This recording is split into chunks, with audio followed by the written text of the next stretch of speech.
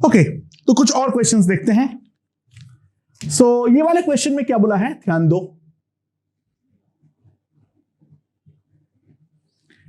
कुछ I2 को मैंने डिसॉल्व किया हूं, किसमें, वाटर में। वाटर के अंदर ऑलरेडी मेरे पास कुछ Ki प्रेजेंट था। Ki का जो इनिशियल कंसेंट्रेशन था, यानी Ki तो कंप्लीटली आयोनिक है, Ki लिखने का कोई मतलब नहीं है। तो I माइनस का जो इनिशियल कंसेंट्रेशन था वो था 0.012 मोलर। तो मैं जैसे ही I2 डालूंगा तो I माइनस तुरंत जो है वो हमारा रिएक्ट करना चालू करेगा, ठीक है। और I2 और I minus, I2 aqueous plus I minus aqueous हमें देता है I3 माइनस एक्वस। ओके, ये रिएक्शन हो रहा है, ठीक है। नाउ अब मैंने क्या किया, उसके साथ साथ मैंने उसके अंदर और कुछ CCl4 भी डाला, और CCl4 का वॉल्यूम और वाटर का वॉल्यूम हमारा सेम था। उन दोनों को मैंने साथ में शेक किया। बाय द वे ध्यान देना, I2 सॉलिड जो मैंने डाला था that was in excess. I2 solid जो था वो हमारा एक्सेस में था। अच्छा, CCl4 कंप्लीटली नॉन पोलर है, वाटर जो है वो कंप्लीटली पोलर है। तो एक बात तो हम ध्यान देंगे, CCl4 is completely insoluble in water। CCl4 जो है वो वाटर में कंप्लीटली insoluble है, यानी यहां पर हमारे पास प्रॉपर दो लेयर बन जाएगा। अगर हम ध्यान दें,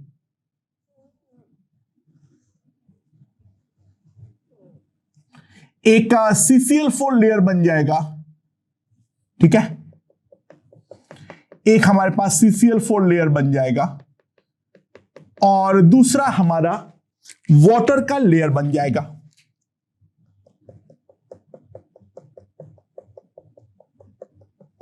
ठीक है, मैं नीचे वाले को वाटर का लेयर मान रहा हूं और ऊपर वाला जो है वो है मेरा CCl4 का लेयर। ऐसा दो प्रॉपर लेयर बन जाएगा। अच्छा ध्यान देना, I माइनस और I3 माइनस CCl4 पे बिल्कुल नहीं जाएगा। रीजन, वो दोनों आयनिक कंपाउंड है, वो हमारा डेफिनेटली एक नॉन पोलर सॉल्वेंट पे बिल्कुल नहीं जाने वाला है। बट I2 जो है वो हमारा पोलर है, नॉन पोलर है, तो उसका CCl4 में जाने का टेंडेंसी बहुत हाई रहेगा।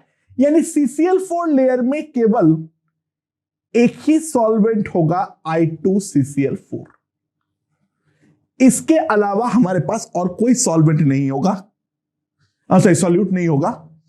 जबकि वाटर लेयर में तुम्हारे पास तीन सॉल्यूट होगा। एक तो होगा I2 एक्वस, बचा हुआ I माइनस एक्वस और पैदा हुआ I3 minus aqueous. I2 aqueous का अमाउंट बहुत ही ज्यादा कम होगा, क्योंकि वाटर का बस इंटरमॉलिक्यूलर स्पेस में थोड़ा बहुत जो I2 आ सकता है वही I2 हमारा रहेगा। बाकी जो हमारा I2 रहेगा वो बेसिकली CCl4 के अंदर ही रहने वाला है। वो वाटर में रहना डेफिनेटली प्रेफर नहीं करेगा, like dissolves like. I minus I3 minus polar है तो वो एक्सक्लूसिवली वाटर में ही रहेगा। प्रॉपर आयंस जो है वो CCl4 में जाने का सवाल पैदा ही नहीं होता है। और I2 जो कि नॉन पोलर है उसका वाटर में रहने का टेंडेंसी बेहद ही ज्यादा कम होगा। अच्छा, हमें दे रखा है जो I2 इन CCl4 है वो है 0.085 मोलर, और इसके फेवर में डिस्ट्रीब्यूशन कोएफिशिएंट दे रखा है 85। इसके फेवर में डिस्ट्रीब्यूशन कोएफिशिएंट दे रखा है 85। सो एक बात ध्यान देना, I2 in CCl4 by I2 in aqueous ये रेशियो हमें दे रखा है 85, राइट। बट ये 0.085 है, तो वाटर के अंदर जो I2 है वो हम देख सकते हैं बहुत ही ज्यादा कम होगा, that will B 0.01 molar. Okay, but water में जो टोटल आयोडीन डिसॉल्व हुआ है उसका अमाउंट हमें दिया हुआ है, और वो आयोडीन या तो I3 माइनस के फॉर्म में है ये रिएक्शन करते हुए, या तो फिर वो वाटर में शुद्ध I2 के फॉर्म में है। बट शुद्ध I2 के फॉर्म में कितना रहेगा वो तो हमें मालूम है 0.001 मोलर। तो हमें दे रखा है concentration of I2 aqueous plus concentration of I3 minus aqueous 0.048 molar होगा। तो concentration of I3 minus aqueous will be 0.047 molar. ये हमारे पास I3 माइनस aqueous का कंसंट्रेशन आ जाएगा। यह क्वेश्चन काफी आसान है, बस कंसेप्चुअली समझो क्या क्या हो रहा है। बट ध्यान दो, एक I3 माइनस बनने पर एक I माइनस कंज्यूम होता है, और I माइनस का इनिशियल अमाउंट अगर 0.102 मोलर है, सो मैं एक चीज तो लिख ही सकता हूं, I minus plus I3 minus, ये हमारा 0.102 मोलर होगा। क्योंकि टोटल कुल मिला के I माइनस जो है वो या तो अभी I माइनस के फॉर्म पे रह गया है, या तो एक I माइनस से एक I3 माइनस बना है। तो दोनों का जो टोटल कंसेंट्रेशन होगा वो तो हमारा डेफिनेटली फिक्स रहेगा 0.012 पर। सो concentration of I minus 0.102 minus 0.047 molar, that is 0.055 molar। ये हमारा I माइनस होने वाला है कंसेंट्रेशन। तो अगर हम केवल और केवल पानी के बारे में सोचे, तो पानी के बारे में देखते हुए हमारे पास क्या क्या आ गया है, कंसेंट्रेशन ऑफ I2 aqueous वो है हमारे पास 0.001 molar. Concentration of I minus aqueous ये हमारे पास आ गया है 0.055 molar, and concentration of I3 minus aqueous हमारे पास आ गया 0.047 मोलर, राइट। तो हमें जो इक्विलिब्रियम का Kc निकालने के लिए बोला है, तो Kc हमारे पास आ जाएगा concentration of I2 into concentration of I minus by concentration of I3 minus. ये हमारे पास वैल्यू आ जाएगी, and now that will be equals to, ये हमारे पास हो जाएगा 10 टू द पावर -3। ये है मेरे पास 55 into 10 to the power of -3, right. और ये है मेरे पास 47 into 10 to the power of -3, ये मेरे पास आ जाएगा, right. And 10 to the power -3, 10 to the power -3 gone, 55 by 47, so ये 1 है, 8 है, लगभग 1.2, लगभग 1.2 into 10 to the power -3 molar, that will be the value of my Kc। I hope this question is understood. मैंने यहां पे डिस्ट्रीब्यूशन कोएफिशिएंट का इस्तेमाल मैंने किस तरीके से किया उस बात को समझना पड़ेगा। अगर दो डिफरेंट सॉल्वेंट है तो हम किस तरीके से इक्विलिब्रियम के क्वेश्चन को प्रोसीड करूंगा। This is a classic question, I hope ये समझ में आया होगा, ठीक है। बाकी वो एक बार हो जाने के बाद काफी आसान क्वेश्चन था, ठीक है, ज्यादा कोई दिक्कत वाली बात थी नहीं। अच्छा, पहले मैं ये वाला क्वेश्चन कर ले रहा हूं, ये एने वाला, ये थोड़ा छोटा क्वेश्चन है। ध्यान दो क्या है, Na गैस हमें दे रहा है An गैस, उसका इक्विलिब्रियम कांस्टेंट है Kc, वो दिया हुआ है।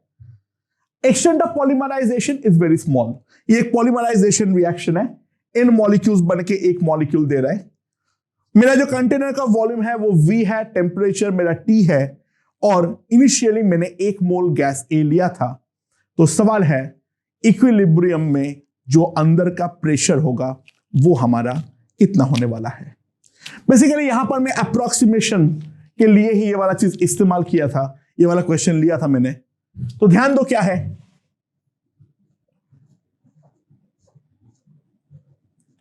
कंसेंट्रेशन ऑफ ए गैस का जो इनिशियल वैल्यू है वो ध्यान देना है 1/V, राइट।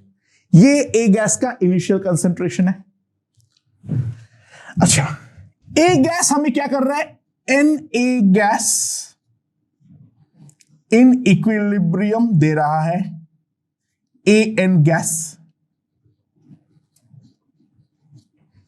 राइट। शुरुआत में T इक्वल्स टू 0 पर ये वाला जो है इसका कंसेंट्रेशन है 1/V, इसका है 0। इक्विलिब्रियम में ये मान लो है 1 - x/V, तो ये हो जाएगा x/n divided by V, right. But ये दे रखा है जो extent of polymerisation is very very low, तो इसको मैं प्रैक्टिकली मान सकता हूं 1/V। So Kc is equals to x/nV divided by 1/V to the power n. So that is x/n into V to the power of n-1। ये मेरे पास आ गया Kc का वैल्यू, और Kc का वैल्यू के टर्म्स में जैसे आ गया तो x में लिख सकता हूं n/Kc by V to the power of n-1। ये मेरे पास x का वैल्यू आ गया, राइट। ओके, सो अगर मेरे पास x का वैल्यू आ चुका है तो फाइनली कितना मोल्स है, फाइनली कितना मोल्स ऑफ गैस है, मुझे वो निकालना है। ध्यान देना, मैंने मान लिया था x मोल रिएक्ट कर चुका है। सो मोल्स ऑफ गैस प्रेजेंट क्या लिख सकता हूं, 1 - x plus x by n, so that will be equals to 1 minus n-1 by n into x। ये हमारे पास मोल्स ऑफ गैस आ गया। नाउ x का वैल्यू मैं यहां पर सब्स्टिट्यूट करूंगा तो मोल्स ऑफ गैस उसको मैं म्यू से रिप्रेजेंट कर दूं, वरना n के साथ हम कंफ्यूज हो जाएंगे। मोल्स ऑफ गैस म्यू जो आएगा that will be equals to 1 n-1 by n into x। x का वैल्यू कितना है, n/Kc by V to the power of n-1। ये मेरे पास मोल्स ऑफ गैस आ जाएगा, और ये जैसे ही मोल्स ऑफ गैस आ गया so n is cut. This is equals to 1 minus n-1 by V to the power n-1 into Kc। ये मेरे पास मोल्स ऑफ गैस आ गया। एंड नाउ हम सिंपली अप्लाई करेंगे PV equals to nRT। So PV is equals to mu RT, यानी pressure जो आएगा that is RT by V into mu, और म्यू का वैल्यू आ जाएगा।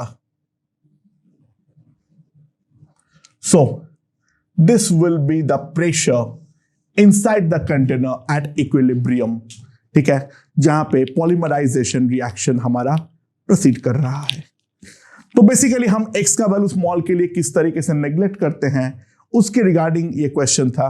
ऐसे तो क्वेश्चन कोई ज्यादा टफ नहीं था, बस जो थोड़े बहुत बातें हैं वो हमें एक बार देख लेना है। एंड इन सब क्वेश्चनों में PV इक्वल्स टू nRT वगैरह का भी इस्तेमाल कभी भी करना पड़ सकता है, तो उन क्वेश्चनों पे भी हमें ध्यान रखना पड़ेगा दोस्तों। ओके ओके दोस्तों, so now let's move on to the last question of chemical equilibrium. उस क्वेश्चन में क्या बोला है, ध्यान दो।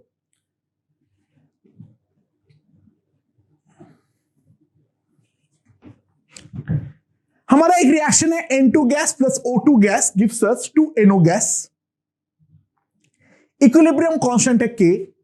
मैंने एक वेसल में A मोल N2 लिया और B मोल लिया हमारा O2। तो सवाल यह है जो B बाई A का रेशियो क्या होना चाहिए, जो कि फाइनल में NO का जो परसेंटेज यील्ड होना चाहिए by volume, by total percent of volume, वो हमें मैक्सिमाइज जो है वो करना है। तो सवाल यह है B बाई A का वैल्यू हमारे पास क्या होना चाहिए, right.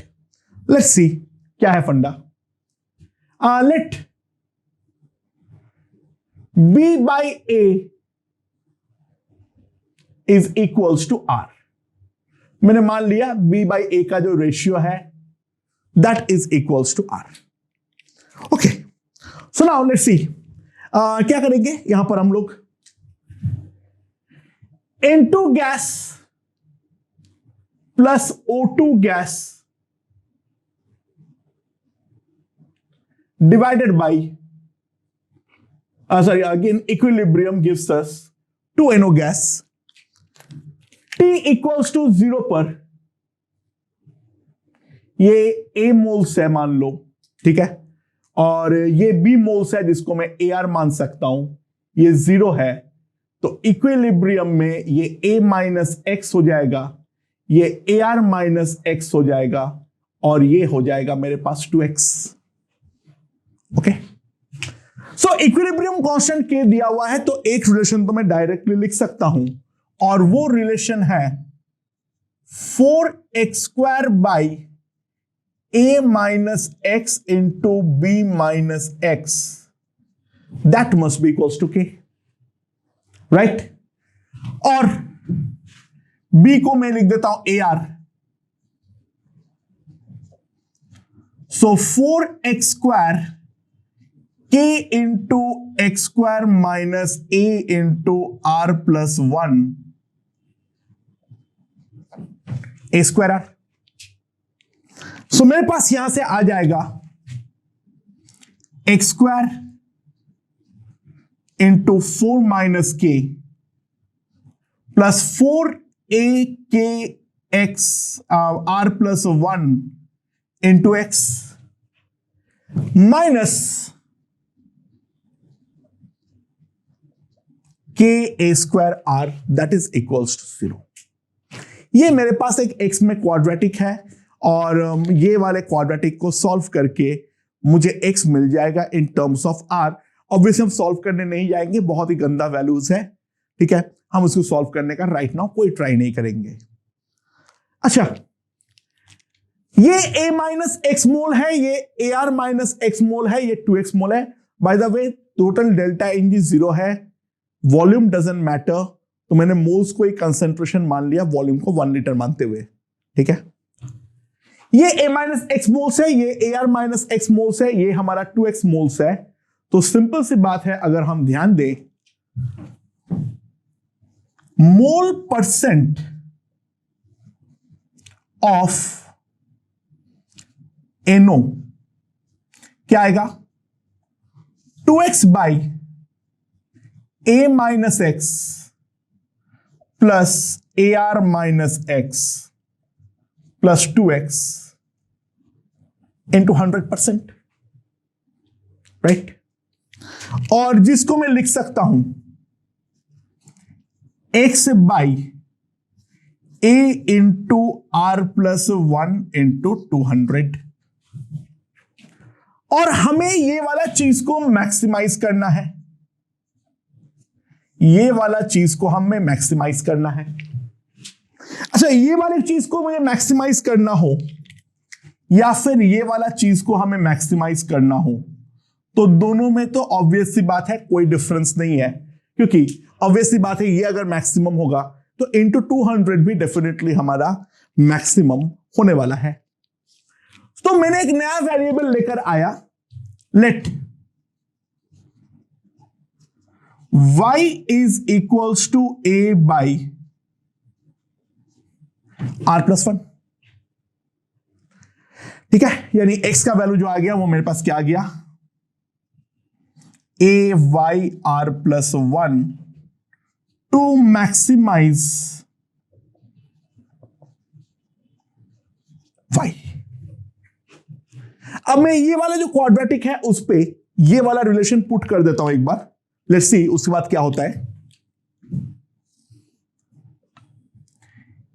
a square y square into r plus 1 का होल स्क्वायर इंटू 4 माइनस के। नाउ माइनस 4 a स्क्वायर के r प्लस 1 का होल स्क्वायर इंटू y। ठीक है, minus k a square r that is equals to 0। ये मेरे पास solution आ गया है। So a square is cancelled, तो मेरे पास आ जाएगा r प्लस 1 का whole square 4 minus k into y square minus 4 ky minus के r that is equals to 0। Right, अब ध्यान देना, this is a function of r comma y that is equals to 0। अच्छा, ऑब्वियसली बात है, मैं इस क्वाड्रेटिक को सॉल्व करते हुए, ठीक है, ये वाला क्वाड्रेटिक को सॉल्व करते हुए y को भी इन टर्म्स ऑफ r निकाल सकता हूं और फिर डिफरेंशिएट करके 0 करके मैं निकाल सकता हूं, लेकिन वो काफी लंबा होते हुए मुझे नजर आ रहा है, तो मैं इस चीज को एक बहुत ही मस्त तरीके से सॉल्व करता हूं। उस सॉल्विंग का तरीके पे ध्यान देना क्या है। अच्छा, for maximum value maxima dy by dr that must be equals to 0। ठीक है, लेकिन तुम लोगों ने पार्शियल डिफरेंशिएशन सिखाया था, dy by dr माइनस डो f by डो r अपॉन डो f by डो y that is equals to 0। Right, तो सिंपली मैं एक चीज लिख सकता हूं, डो f by डो r must be equals to 0 for maxima. तो ये वाला रिलेशन को पार्शियली डिफरेंशिएट करो विथ रेस्पेक्ट टू r, तो पार्शियली डिफरेंशिएट करते हुए मेरे पास क्या आएगा, ध्यान देना, r प्लस 1 का होल स्क्वायर यानी 2 times r plus 1 into 4 minus के, ये तो कांस्टेंट की तरह बिहेव करेगा, 4ky माइनस के आर का differentiation k that must be equals to 0। ये रिलेशन तो मेरा वैलिड रहेगा ही रहेगा।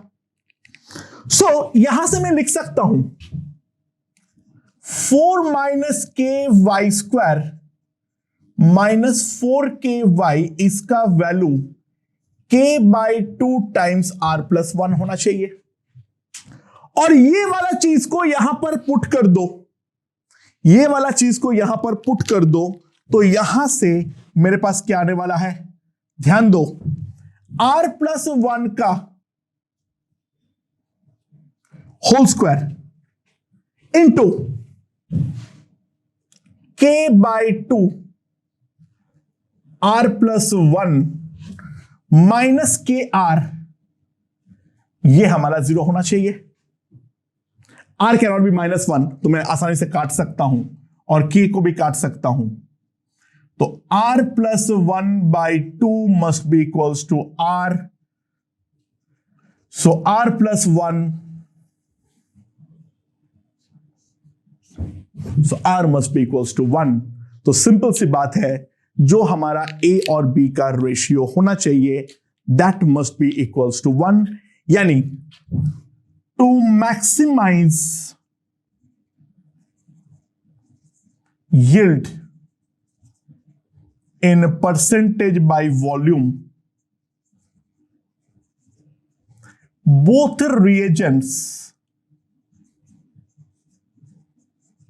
must be taken in equal amount. दोनों के दोनों रिएजेंट जो है वो हमारा इक्वल अमाउंट पे रहना चाहिए. That's the main question. And ध्यान देना, इन जनरल अगर हम बात करें परसेंटेज बाय वॉल्यूम में, अगर प्रोडक्ट का यील्ड हमें मैक्सिमाइज करना है केवल रिएजेंट डालते हुए, तो रिएजेंट्स को हमेशा उनके स्टोइचियोमेट्रिक कोएफिशिएंट पे के रेशियो पे ही डालना है. यानी N2 + 3H2 अगर 2 अमोनिया दे रहा है तो अमोनिया का परसेंटेज बाय वॉल्यूम यील्ड को मैक्सिमाइज करने के लिए हमें N2 और H2 जो है वो 1:3 का रेशियो पे ही डालना पड़ेगा. And this is an important concept and theory. ये चीज हमें याद रखना पड़ेगा.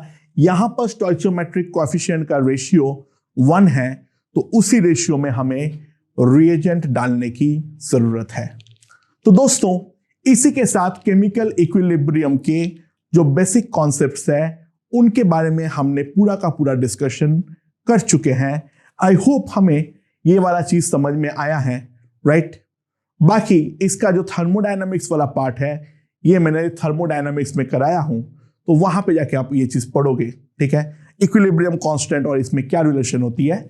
बाकी मेन फंडा ये है, जो नॉन थर्मोडायनामिक केमिकल इक्विलिब्रियम है वो हमारे यहां पे कंप्लीट हो चुका है. इनके कॉन्सेप्ट्स को याद रखना and then we move on to the ionic equilibrium. और आयनिक इक्विलिब्रियम में ये सारे कॉन्सेप्ट्स जो है वो हमारा इस्तेमाल होने वाला है दोस्तों. ओके.